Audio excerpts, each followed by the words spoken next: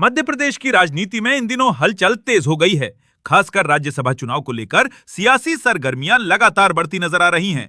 राजनीतिक गलियारों में चर्चाओं का दौर जारी है और नेताओं की सक्रियता भी साफ तौर पर देखी जा सकती है। इसी बीच प्रदेश भाजपा अध्यक्ष हेमंत खंडेलवाल का पूर्व गृह मंत्री डॉक्टर नरोत्तम मिश्रा के निवास पर पहुंचना कई मायनों में अहम माना जा रहा है। इस मुलाकात ने सियासी हलकों में अटकलों का बाजार गर्म कर दिया है। इसे महज एक शिष्टाचार भेंट नहीं, बल्कि आने वाले राजनीतिक समीकरणों का संकेत माना जा रहा है। सूत्रों की माने तो राज्यसभा की सीटों को लेकर पार्टी के भीतर मंथन तेज हो गया है। कई वरिष्ठ नेताओं के नामों पर विचार किया जा रहा है और ऐसे समय में खंडेलवाल और डॉक्टर नरोत्तम मिश्रा की मुलाकात को बेहद महत्वपूर्ण माना जा रहा है।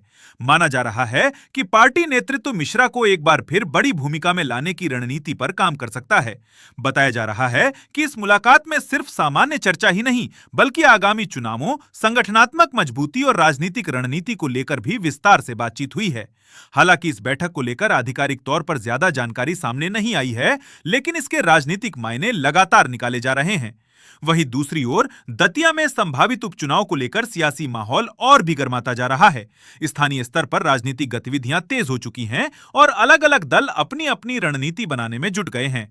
आजाद समाज पार्टी के नेता दामोदर यादव ने खुलकर चुनाव मैदान में उतरने की घोषणा कर दी है, जिससे मुकाबला और भी दिलचस्प होने की संभावना बढ़ गई है। वहीं भारतीय जनता पार्टी भी पूरी तरह सक्रिय नजर आ रही है और संभावित उम्मीदवारों को लेकर गहन मंथन कर रही है। इसी बीच दतिया सीट से पूर्व मंत्री डॉक्टर नरोत्तम मिश्रा का नाम एक मजबूत दावेदार के रूप में तेजी से उभर रहा है। क्षेत्र में उनकी मजबूत पकड़, लंबे राजनीतिक अनुभव और ब्राह्मण चेहरे के तौर पर उनकी पहचान भाजपा के लिए एक बड़ा फैक्टर मानी जा रही है। दतिया विधानसभा सीट पर डॉक्टर मिश्रा का वर्षों से प्रभाव रहा है और वे यहां से 3 बार विधायक भी रह चुके हैं।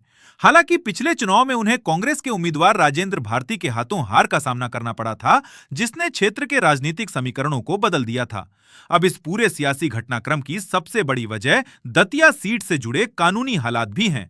दरअसल कांग्रेस के पूर्व विधायक राजेंद्र भारती को सहकारी बैंक घोटाले के मामले में कोर्ट ने 3 साल की सजा सुनाई है, जिसके बाद उनकी विधायकी समाप्त हो गई है और दतिया सीट खाली हो गई है।